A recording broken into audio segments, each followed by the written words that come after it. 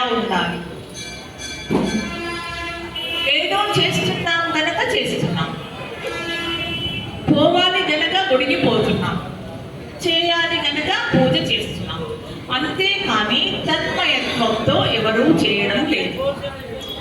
అర్చన చేస్తే ఆనంద బాష్పాలు రావాలి, పూజ చేస్తే ఆనంద బాష్పాలు రావాలి.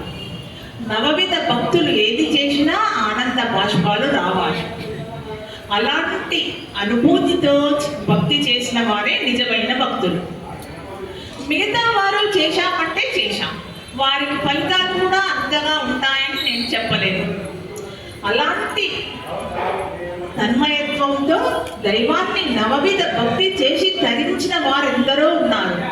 వారిలో కొందరు శ్రవణం చేత పరీక్షిత్ మహారాజు, కీర్తనం చేత నారదుడు, త్యాగయ్య, పోతన ఎంతో మంది ఉన్నారు.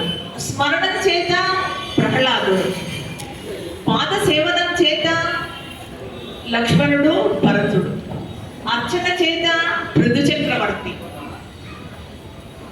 వందనం చేత అక్రూరుడు, దాస్యంతో గరుత్మంతుడు, హనుమంతుడు, సఖ్యం అంటే స్నేహం చేత అర్జునుడు, కుచేరుడు, ఆత్మ నివేదనం చేత బలిచక్రవర్తి, శబరి, మొల్ల వీరందరూ తరించారు.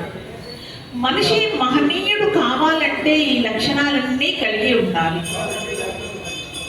మనిషి ఎప్పుడూ అన్ని మంచి లక్షణాలు కలిగి ఉంటే మహనీయుడు అవుతాడు. జీవితంలో నిరంతరం దైవాన్ని స్మరిస్తూ ఉండాలి. జీవితంలో అంతరాత్మకు లోబడి జీవించాలి. జీవితంలో శాస్త్రాన్ని అనుసరించి జీవించాలి. తత్వ విచారణ చేసి తరించి జీవించాలి. యోగ మార్గంలో ఆత్మ విచారణ చేసుకొని జన్మ రాహిత్యాన్ని చేసుకొని జీవించి తరించాలి.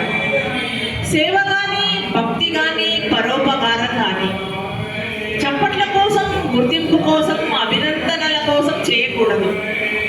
లోపల దుర్మార్గపు ఆలోచనలు లేకుండా చేసుకోవాలి.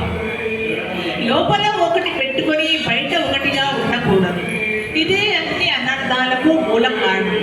లోపల మనకు భక్తి లేదు, బయటకు మాత్రం ఉన్నట్టుగా చెబుతూ ఉంటాం.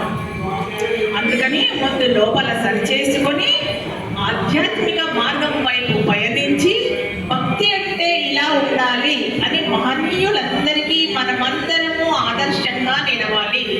జై శ్రీరామ్. హరి ఓం తత్సత్.